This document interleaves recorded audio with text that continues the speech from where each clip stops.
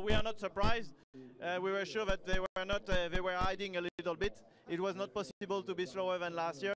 So anyway, it's going to be a very nice race, and we are really happy about it. Did all the Audi start on normal dry tyres, or were any of them perhaps on that slick intermediate we've seen so much of recently? I'm pretty sure everybody start with a slick tires, a normal one, because the rain is not expecting so long, and so on the circuit like that with 13 kilometers, it can rain in some places and be completely dry in other places. So it's always tricky to take an intermediate tire.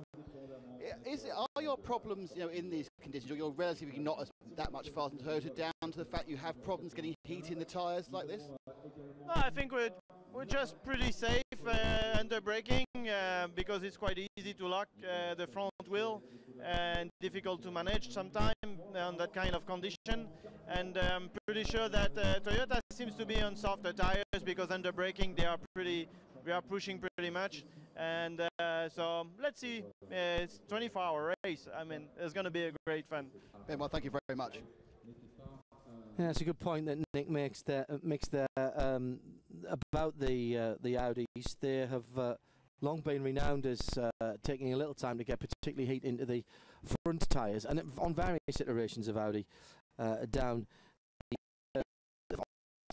I'm finding it hard to work out where everybody is here, Paul. The leaders and I'm trying to work out who's fallen behind which, and whether it's split up into class battles. It's ruined the GTE Pro battle, I'm afraid, purely through bad luck. There's one car behind one safety car. That's the 39 DKR Engineering LMP2 car. Early pit stop at the end of lap 1. It was I don't know what they did, but it was in and out. It didn't stop for very long, but it moved it far enough back, so it's caught behind the final safety car, the third phase safety car. Everybody is behind the first safety car, obviously, but the second safety car changed from wets to slicks, says Nick in the pit lane. The 39 car. Right, so they started on wet, so they decided to go back to slicks. Thank you for that, Nick. The gap, though, has happened just ahead of your Bergmeister. So in front, behind the first safety car group, we've got Darren Turner in 97, Mark Lieb in 92, Rob Bell in 99. So the first 3 GTE Pro cars are behind the first safety car. Then we've got the gap. Your Bergmeister in number 91 is 4th in GTE Pro, but is a whole safety car behind, which once the safety car, I mean, it's been shown now as 3 minutes, once the safety car withdraws, goes back to the pit lane, that will change to a gap of about 1.25 minutes, 1 minute and 15 seconds is kind of par for the course. As into the pits comes Shinji Nakano in the G-Drive Racing sponsored ADR Delta entered Orica. And do we have one of the pit crew down there to tell us about it? Not sure. Shall we quickly run down some positions? We're just 20 minutes in. It's Audi number 1 from Toyota number 7, from Toyota number 8, from Audi number 2, from Audi number 3, from Rebellion Lola number 12, from Rebellion Lola number 13. And those cars pretty much line astern, of course, behind safety car A, the very pretty bright red RS4 that pulled out from right in front of us. I think also in the same safety car train are all the leaders, as Paul's mentioned, in fact, yes, all the way down to that pro battle he was talking about. So in P2, it's 24, 26, 36 and 47, being the Morgan Oak, the Orica Nissan, the Alpine Nissan, the 47 Morgan. And then Danny Watts is in there as well. And the good news for Danny Watts and Stracker is, of course, that whilst they're not getting their way through the traffic at the moment, they're not losing any more ground to anyone ahead of them. So he's kind of frozen in time there as he came up from well down, 36th on the grid. Remember, there was a lot of cars that didn't meet, or a lot of drivers didn't meet the qualification criteria. 20 of them were pushed back, and they started with, in 36, that number 21 Zytek. In the Pro category, 97 Aston, 92 Porsche, 99 Aston. In the ARM category, 77 Dempsey Del Piero Porsche leads from the 67 IMSA Matmut Racing from Paolo Roberti in the 88 Pro Speed car. Yes, I think that's right. I'm going to get that mixed up. Let's talk. Paul was talking there about the issues of safety cars, and Patrick Peeler is an interested party with Jeremy Shaw. Indeed, sharing the number 91 car with Jörg Bergmeister, who's fourth in class. And I'm from America, and the American Le Mans series, and we run the pace car system's different over there, just a one pace car. Patrick, you and the entire team here not at all happy. No, sure, this is stupid because we are just like 3 or 4 seconds behind the Aston Martin, and now we are 3 minutes behind. So the rules is not correct, especially at the beginning of the race. When something like this happens, you need to be something different, or to stop between the class leader, or to change something, because now actually we are 3 minutes behind and it will be hard to catch the back, you know? Yeah, I mean, you'll only be about a minute behind when they get back to racing, but still, it's awfully difficult to make up a whole minute on the racetrack. Yeah, it will be more than 1 minute. It will be 1 minute 30, close to 2 minutes. This is how you can get this during the race. Maybe we need 6 hours to catch this. So, and maybe the next safety car will be worse for us, you know? We are just the first car behind. The Ferrari are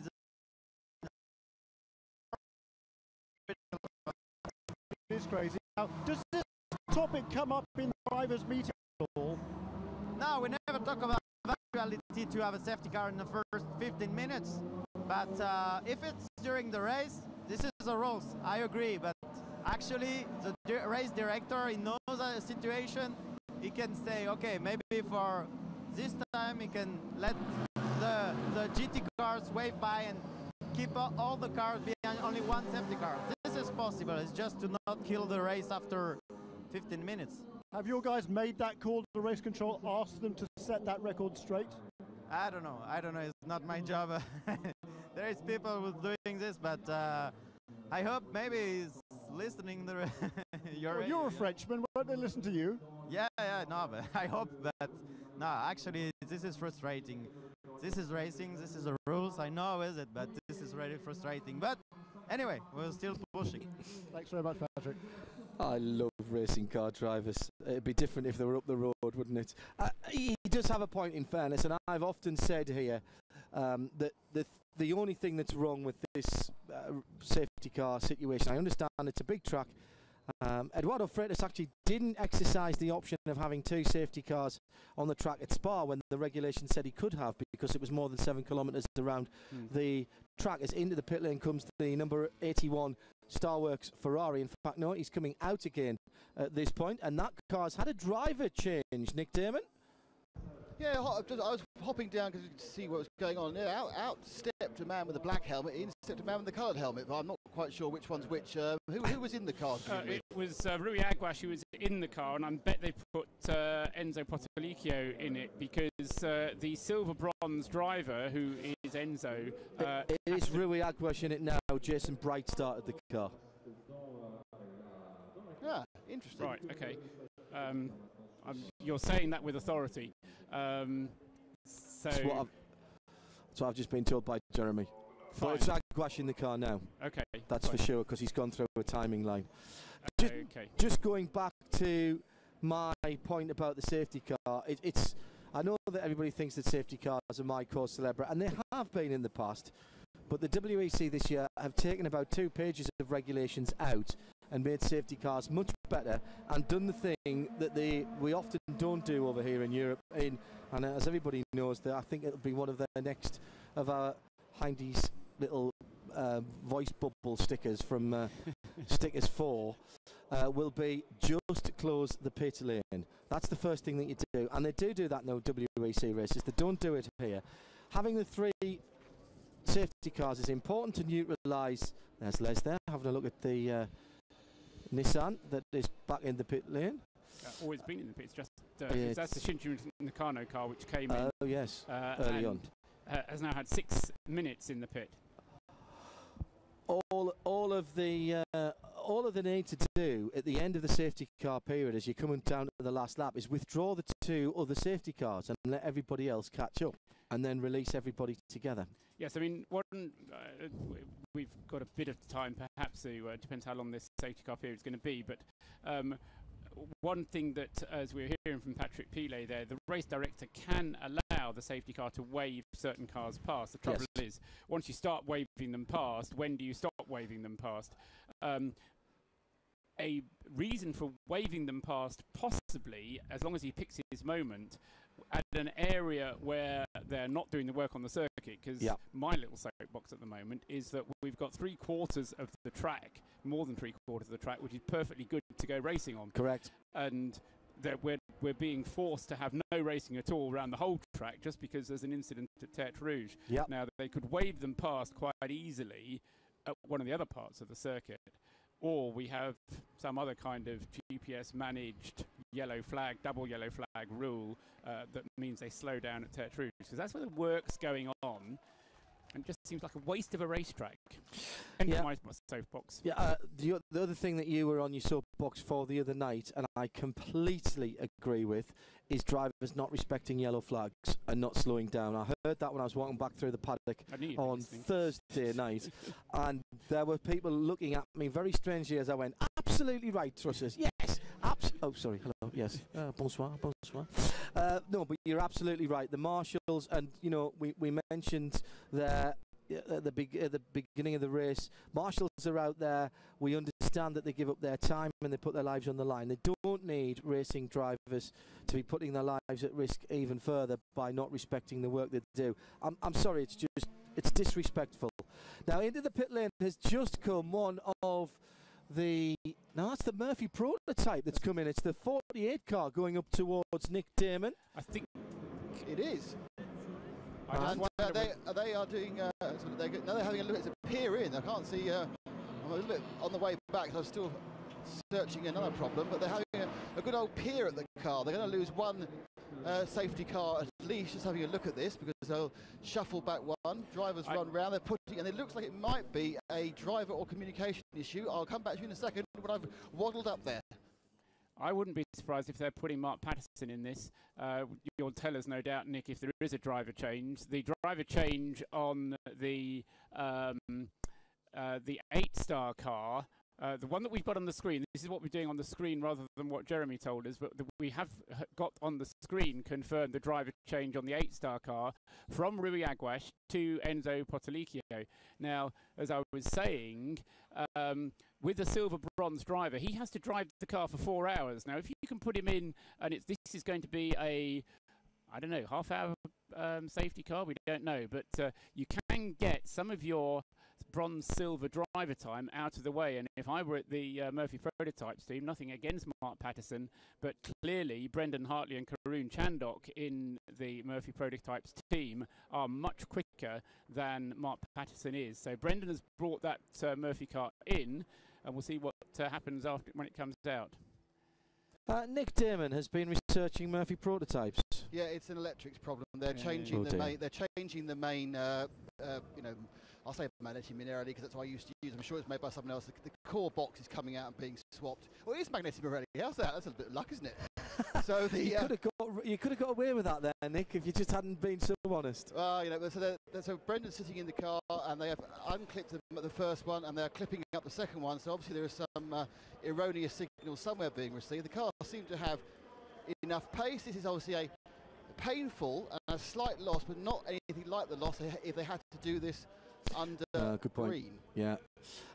Just trying to clear up who started the 30. Now, who was it who started the 39 car? Was it that we were?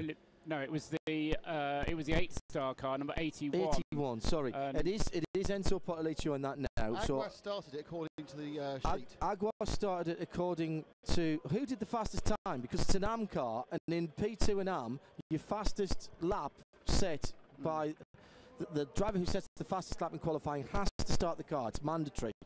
So who did the fastest lap? And I would have thought that was Aguas. So it was Aguas out and Potolicchio in to the 81 car. Clean-up is nearly finished at Tertre Rouge. We've been under Safety car for how long, Paul Trustwell? Wrong piece of paper, wrong mouse. Let's get it right. Sorry. Still working with this new system that I've got. The safety car has been out since 15:09. It's now 15:30. 21 minutes. And it took me 8 seconds to tell you that. I'll go for a pass the time next time. Thank you. Radio Le Mans.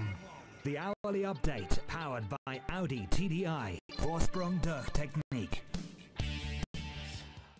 So we've had half an hour of the race, but nowhere near half an hour of racing. Story of the opening laps has been the speed of the Toyota number 7 and number 8, who have clawed their way in the second and third position. Might have been better than that had there not been an accident for Alan Simonson in the Aston Martin, hitting the barriers hard. Drivers left, coming out of Tete Rouge. Very high speed incident. He's been attended to and removed from the car by the intervention vehicles. The car pulled off to one side and the clear up almost continues. Here's how it stands then, with the cars only now on their 6th lap. It's the number 1 Audi, Andre Lotterer, leading by half. Actually, I'm not going to do the gaps because they're behind the safety car.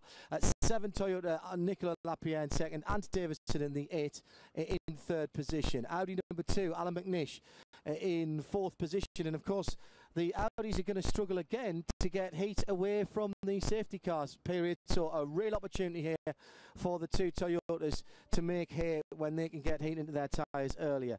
In 5th position, Luca Di Grassi in the number 3 Audi. In 6th, it's the number 12 Lola of Nick Heidfeld. That's the Rebellion Toyota car. The 13 team car, Andrea Bellicchi in 7th position. Top of the pops as far as P2 is concerned, Olivier Plan, the number 24 Oak Morgan. 26 for the Delta ADR Orica of John Martin. And he said James Martin there, chef, not a driver, although he's got a couple of Formula 1 cars. Nelson Panciatici in 3rd place in the 36 Alpine Nissan. And in 4th place in P2, it's the Morgan number 47, the Morand racing car. Alexander Imperatori driving that. The Stray in P1 is Straka. They're up to 12th position in the 21 car. The top dozen in the P2 category are pretty much all together, by the way, behind the safety car. In the GT categories, it's Aston Martin 97, Darren Turner. From Porsche, the works car, first of the works cars, the 92 car in 2nd place, Mark Lieb. And then it's the 99 Aston of Rob Bell. Then the big gap because of the safety car. It'll be about a minute and a half when they are withdrawn, which can't be too far away, actually. Let's keep an ear open for Eduardo to tell us that. But it is Turner, Lieb and Bell, 97, 92 and 99. Then the big gap back to the 91 Porsche, Jörg Bergmeister.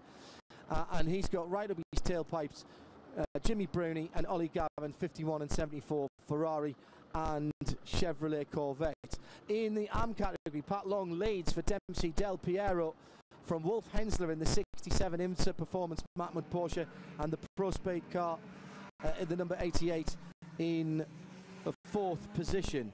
I got that wrong there. It's not the Pro Speed, the 88, is it? I keep second guessing myself. It is the Proton, the 88. I know that that is going to be an issue all the way through this race.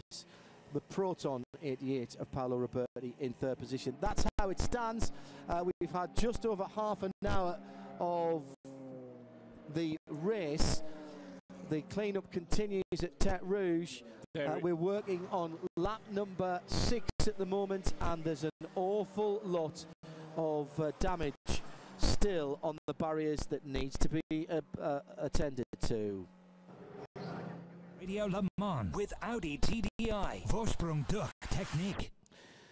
Yeah, Paul, we got a shot there of the crew on the driver's left there, and that is not the work of a moment. Despite guys dashing round to the start-finish line, I don't think we're going green anytime soon. No, absolutely. Barriers do have to be made safe. It's not like if you've got some old pictures of races during the 50s and 60s where a car would either be left by the side of the track, or if a barrier was damaged, they'd just throw a straw bale in front of it and get on with things. A protective straw bale.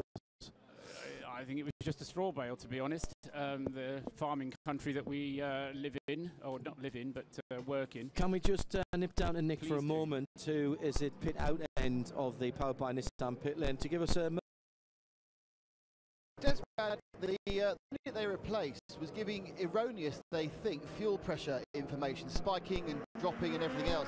They are pretty convinced that it actually is an ECU problem, not a car fuel pressure problem, but they had to change it because obviously it is a fuel pressure problem. They need to know about it, so they changed it. They've obviously lost the best part of a lap, and there's a couple of P2 cars coming in at Jeremy's end of the pits, and one's already come in and gone out. That's the Alpine. So whether they're just topping up or doing tyres, I can't see from this distance, but I'm sure Jeremy can. Okay, it was the 26, the Delta ADR, John Martin in and out, and Nelson Panciatici came in. That's not the Delta ADR, that's just a standard G-Drive. Sorry, that's the G-Drive car, thank you. Same team, different spot. Same team, same sponsor, different entrant. No, I don't know why they do it that way either. Nelson Panciatici brought in the other car. That will, in fact, has gone, and the G-Drive car is moving down the pit lane. Jeremy Shaw. Now the problem is, of course, they now have to wait until the next safety car comes around. The default position at Le Mans of the pit lane exit light completely 180 degrees from the default position in the WEC. That's one of the rules that's been changed this year in the WEC. Default position in WEC, green light. Once you go, you can go and catch back up the safety car. If the safety car and its train are on the pit straight, the lights goes red, and then it goes back to green again, and you go out and join the back of the safety car train. Here at Le Mans, it's different. The safety car goes by, the red light is always on at the end of pit lane when the safety car is out. The only time it goes green is if there is a car sitting at the end of pit lane, it goes green, and whoever is sitting there is allowed to go out, then it clicks straight back to red again. And you can lose a lot of time, so it's not the obvious choice, Paul, to say, oh, safety car, pit, pit, pit, is it? In fact, it is the obvious choice to say stay out, stay out, stay out. It's precise, as you said, 180 degrees is the appropriate term. And also, if you are trolling down the pit lane just as the safety car goes past, and you have to wait until you've crossed the line and got the green flag at Arnage before overtaking. That was H. Howden Haynes saying that the safety car is going to be withdrawn, but not at the start-finish line by the sound of it. It's going to be withdrawn at Arnage. So we'll have to keep an eye on that. We'll take a quick update from the 25 and 26 pit. Jeremy Shaw. In the Delta ADR pit, and all sorts of problems down here. The 25 car is back in the garage. Shinji Nakano has just got back aboard. They've had some gear selection problems with that car. It's been on the in the garage here for a few minutes, certainly. That was a car that was crashed this morning by Tor Graves during the warm-up, caused a red flag to that session, but they thought damage, but the problem there, the 25 car, the 26 car, I should say, John Martin just brought that one car in because he had a slow puncture. Another update from down here from the Labra competition team, number 70 car came into the pits. Philippe Dumas exited the car, Manu Rodriguez got in it. I asked Sebastian Dumas about that. He said just a strategy call. It's a yellow, could be an extended yellow. So Manu Rodriguez, the gentleman driver, has taken the wheel of the number 70 car. And certainly Philippe Dumas was expressing concern about Alan Simonson. I don't know whether we've heard it from there. But no, we haven't. It's he was being tended to at the side of the track, and certainly he was clearly concerned. When you just have to know, ask the Nissan pit lane team. In the pits, in the paddock, in the know. The Nissan pit lane team. Nissan, we know sports cars. 20 minutes to 4 local time. It's Paul Trustwell, Johnny Palmer and John Hindove in the booth for Radio Le Mans on 91.2 FM at the track, around the world at radiolemans.com. Sirius Channel 111, XM Channel 203. Take us with you this afternoon, or this morning, as it still is in most parts of the United States, and take us with you on your travels today via our colleagues at Sirius XM Satellite Radio. No update, but Nico sees that confirmed that he's seen some barrier being repaired, so could be a long one. Now that is the voice of Mathieu Lenel, who is the one of the team engineers at Toyota. He was talking to Anthony Davidson. He works across the, I think, both cars, but takes race strategy role on the number 8 machine. And so we are, after a very exciting start, rather annoyingly, we have had the action interrupted. Our thoughts are with Alan Simonson and the rest of the team.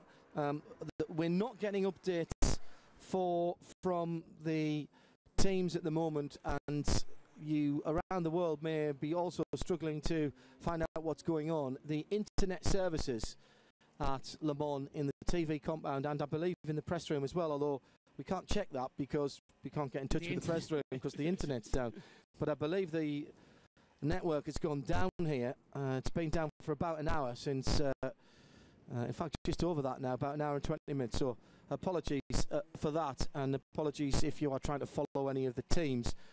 Fortunately, we're not relying on that to broadcast at the moment. And in fact, just as I say that, it pops back up again, so we might be able to give you some updates. What we can certainly do is go down to the Powered by Nissan pit lane and down to Corvette World. Doug Feehan is with Nick Damon.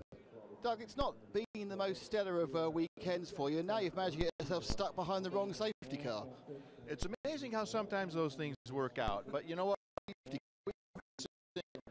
have our motto, we never, ever, ever give up. We've been there before. This is a long, long race. The objective here, don't hit anything, don't break anything, keep your car on the racetrack, minimize your time in the pit lane. At the end of the day, good things will happen. Obviously, being American races, you're used to yellow flag periods, full course cautions. In fact, you know, you make it an art in some races. What are your feelings about the way the safety cars are run here in Le Mans? Well, you know, we've been the beneficiary of that safety car issue, and we've been, you know, a situation like we are now where it's split the field and the first 3 cars now have a 3-minute lead. You know, when you have an 8.5-mile racetrack, there is no perfect solution. Safety must rule, and we've learned to live with that. It's not an ideal situation, but one that we understand and one that we'll work to correct. As we hear, the safety car's been told to increase speed. Has it been going too slow? Have your boys had trouble keeping the tyres warm? No, we haven't had any issues with that. We're fully content to where we are. You know, it's so early in the race to get nervous about all those little things. We only worry about things that we can control, not things that we can't. I've just been reminded by John Hindhaugh, who's got a fantastic Loser car behind a safety car a few years ago with odd harmonics. Do you actually practice for going slowly for many minutes to see how it affects the cars? Yes, we do. We learned a very, very good lesson back there with our the program that we had in place at that point in time. It was an amazing discovery for us. Obviously, that's been corrected.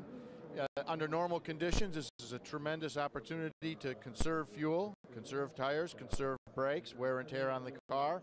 And we do spend a considerable amount of time looking at yellow flag periods and how it affects the car and how we can maximize that.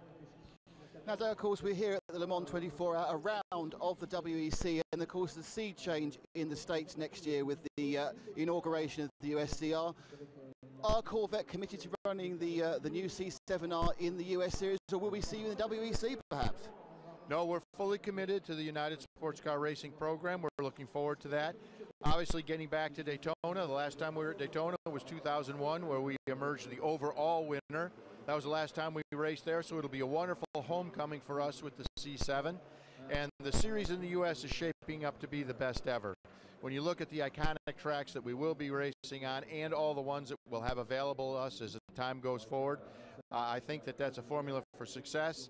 I know there's a couple of manufacturers waiting in the wings to bring cars, so last year was a tremendous year for us. This year started out great as well. I only look for a bright future for United Sports Car Racing in the States. Doug, fantastic, thank you. And in the Delta ADR pit, and the 25 car has just been fired up here now, so they've had a lengthy pit stop. But I was just out the back of the garage here, and I just saw the guys. They found a sort of tack. They found a tack in John Martin's tyre. They pulled out, caused that slow puncture. That's something you guys caught on the telemetry, correct, Alan Docking? Yeah, we spotted on the telemetry. We weren't sure whether it was a puncture or whether it was just the tyre cooling down and the pressure dropping. But as it turned out, we've picked up a puncher. I saw them pulling out the tack just right there. Now the other car here, the 25 car, what's the problem over there? We've got an air leak in the gear shift air supply. It's a air compressor and air lines, and we've got a broken air line, and it picked up a hole in that somewhere. A legacy of this morning, perhaps? I think it is, yes. And it manifested itself when? It was during the period of the safety car, and then Sinji couldn't get any gear shifting. So you've lost, what, 2 or 3 laps maybe? We would have, yes, for sure, 3 laps. The good news is if you can get it out, maybe you wouldn't have lost, at least it's yellow now. Yeah, it's more positive for us than if it had been racing. Good old Alan Dockin looking on the bright side down here at Delta ADR. When we say live from the event, that's exactly what we mean. Our team of experts are at the track, pounding the paddock, patrolling the pits. More driver interviews, more insight, more information, more excitement. As it happens, it's live, it's here. RadioLeMans.com. Full-on motorsport, full-time motorsport. RadioLeMans.com. Another quarter of an hour has passed by, but we're still under safety car situation, so it's 1-7-8-2. 12-13 in the P1 battle. That's Audi number 1, Toyota number 7, Toyota number 8, Audi number 2, Audi number 3, Rebellion Lawler number 12 and Rebellion Lawler number 13 in P2. It's Morgan number 24, Morgan number 47 and Zytek number 38 in the Pro category of GTE. It's Aston 97, Porsche 92, Aston 99. Looks like it should be dry for the next couple of hours. We've also lost a 100-metre brake board at Marshall Post 40B. What's that, Paul? Is that heading down in towards the first chicane? Spot on, yes. Yeah. It's just outside the what used to be the restaurant des Unaudières, but I think is now a Chinese restaurant. It's the Chinese restaurant des 24 Heures, isn't it? Anyway, it's just in front of there, so I bet it was one of the lads last night that nicked it. Just to round off in the ARM category, it's 77, 67 and 61, still behind the safety cars at the moment. And a mistake that I made earlier on, I made the rookie error after only 25 years of, or 25 races here at the track, to assume that safety car A would have picked up the leader. Of course it didn't, because the leaders weren't at the start-finish line when the safety cars were scrambled. They needed to neutralise the race straight away. I completely understand that. They were picked up by safety car B, which will therefore turn off the track where it joined, which is Arnage, which is why we heard that message from Howden Haynes to his driver, the lead car, Andre Lotter, and I'm indebted to Jim Roller for working out that conundrum for me. Except that H was talking to Lucas de Grassi, because he was, sorry, who's never been here before. Yes. And of course that was part of the reason, because yes. Lucas is making his debut at Le Mans this weekend. H has a kind of double role, because in addition to being engineer for number 3, he is also a little bit higher up the management tree within Audi for the number 1 and 2 cars. So he's kind of has a triple role in this sense. He's part of the progressive organisation, Dave Ward's organisation that works out of Brackley, just along the road from Silverstone there. And I think he's a partner, isn't he? Yeah, and I think are all 3 of the head engineers the progressive guys and ladies? Yes. Lena is, but the word I'm looking for is technical manager. There you go. H is technical manager. Lena is race engineer on car number 1. On car number 2, H is technical manager, and Kyle Wilson-Clark is the race engineer. And then on the number 3 car, H is technical manager and race engineer. So does he have to tell himself off then if he gets it wrong? He does indeed, and he submits 3 invoices to Progressive that he has to then pay himself. Johnny Palmer Hello. is working away at a speed that can only be called light speed at the moment. What are you doing? You're making notes as you're going along here? I'm making notes on every single car in terms of things that happen significant in the race to them. What else am I doing? I'm trying to come up with some kind of intricate lap scoring method as well, but that might I think progress. Paul's already done that. Yeah, I know, but I can't see his screen from here, so I need one on my end and all. That's fine. I tell you what I was just going to offer something of moderate interest, and you know, behind a safety car, I can't offer things that are incredibly fascinating. But something we said earlier on in the week was the marshal posts aren't distant relative. They don't recognise a kind of a specific distance between them, and in fact that's incorrect, because for instance marshal post 67 is in fact 6.7 kilometres into the lap, so they are distant by hectometres. Is that correct? Yes. There was a big argument on Twitter between the marshals as well. Some people who even marshal here saying that it's got nothing. The numbers are numbered all the way around, and there's 107 posts. Or 147. It goes up to 134. And conveniently, it is a 13.6 kilometre circuit. There you go. What they do is they don't renumber the posts just because they change the Dunlop chicane or insert the Dunlop S's or that kind of thing. So it's a historical thing from the original circuit. John? The 77 Dempsey Del Piero Porsche is leading the amateur category at the moment in GT with Patrick Long at the wheel. Another Patrick. And the debut for Dempsey Del Piero Racing was at Sebring. And there Andy Lally put the car on a pole position. Here you're at the Le Mans for the first time with this team, Patrick Dempsey, and you're leading. How cool is that? Oh, it's fantastic. It's just a real testament to the team and how hard they've worked this week. We were struggling a bit with the setup, and then this morning things made a jump forward, and then after warm-up we did some other adjustments on the car, and now it's doing very, very well. Also, Patrick Long is a phenomenal driver. Andy Lally is a phenomenal driver, so I've been very fortunate enough to be around some great drivers that are teaching me a lot. I have a lot to live up to, but yeah, we're doing quite well. Proton has been very supportive, great team here. Dempsey Del Piero Porsche, of course, is a proven winner at this track, and we're just so grateful to be back here at Le Mans. It's a spectacular event, and we have a long way to go. Hopefully we can keep this up. That would be great. Yeah, it's 44 wins, I think, if I'm not mistaken, here for Porsche, so not a bad record. But has Patrick said anything about the accident that suffered by Alan Simonson out there? No, he's just saying it's taking some time to fix the walls at the moment. The guardrails need to get replaced. That's rather unfortunate. It slows everything down. Seem to be having a lot of that this week. Yeah, there's been a number of incidents that have affected the guardrails, and it's something that they'll probably take a look at for next year, I'm sure. Now, what's the plan here? Patrick's going to start. He's going to do at least a double stint.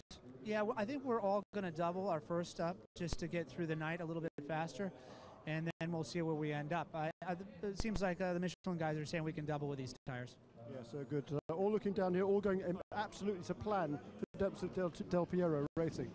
Now, we're under safety car here, Paul. This is completely messing up your statistical analysis. First of all, they've gone off and started racing, which you really didn't want them to do. And now we've been interrupted by a safety car. I mean, this is just not good enough. Do they not realise that we're trying to gather data here? Well, I did mention at the beginning of the race that we didn't have a script for it, so we're kind of making it up as we go along. The 25 cars back in the race, by the way. Sorry, Jeremy did tell me that. Right. It was a 30-minute pit stop. Shinji Nakano stayed behind the wheel. While we're on pit stops, briefly to mention that Christian Reed has taken over behind the wheel of the silver and grey Proton car from Paolo Roberti. And the Aston that's caused this issue, the Alan Simonson car, which was absolutely one of the favourites for the AM category, has returned to the back of the paddock.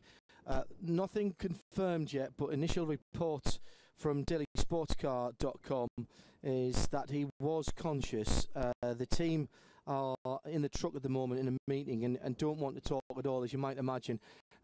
The hardest working guys at Le Mans are the marshals and the guys who rebuild the Armcorps. And again, this small team of guys who do just great work are working like the clappers, at some speed to get that Armco absolutely pristine so we can go racing again.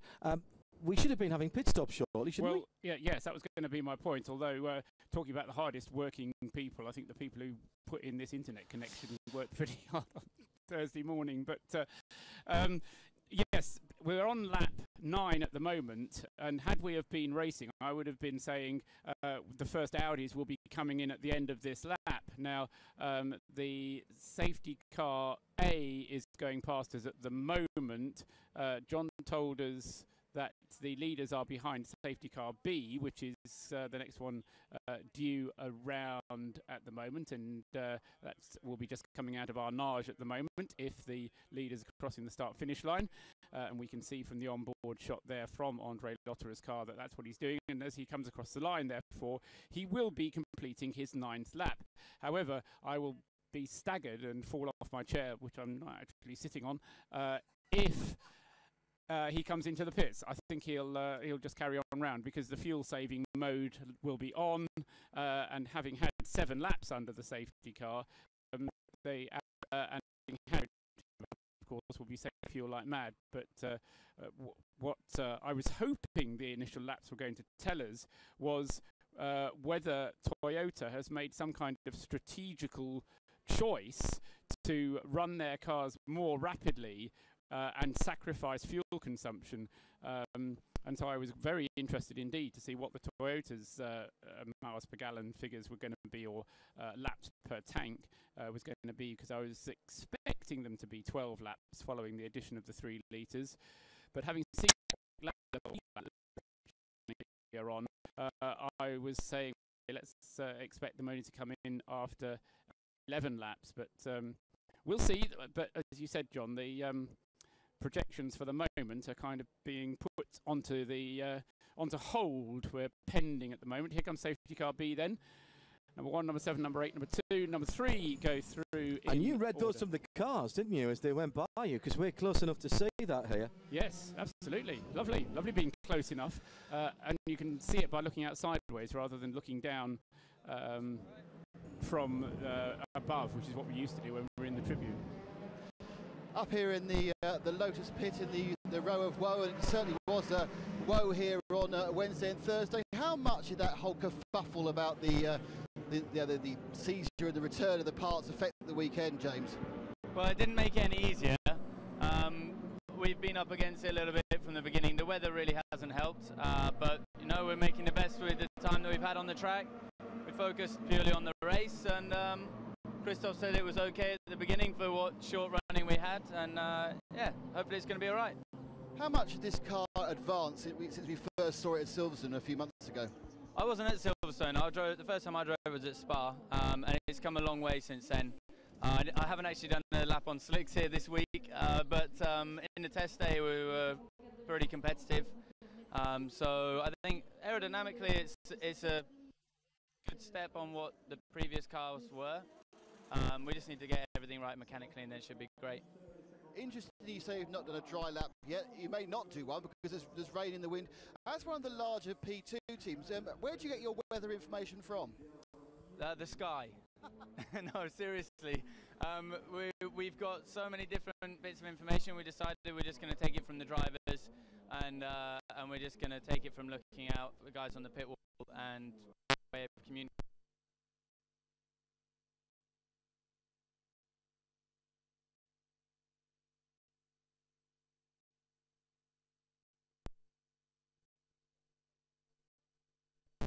Giving anything away, really, from that.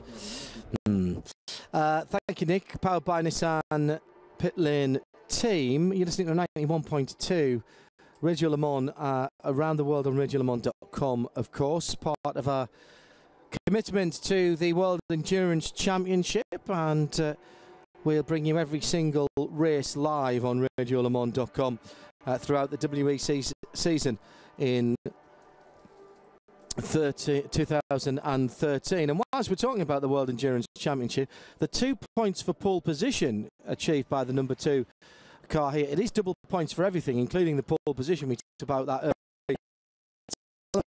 Tom Christensen back in the lead, as we stand at the moment, of the Drivers' Championship and the World Endurance Championship, and there is a Drivers' Championship there. And let me tell you, Paul, we've talked to the drivers.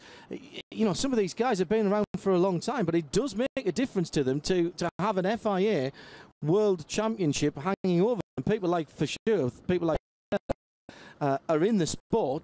Could we get Radio Le Mans is more than a radio station, and now more than 1 week a year. RadioLeMans.com features news, images, video, and of course our world-famous radio station. And it's there on the web right through the year. Visit RadioLeMans.com right now. RadioLeMans.com for whenever your life needs a bit of tune.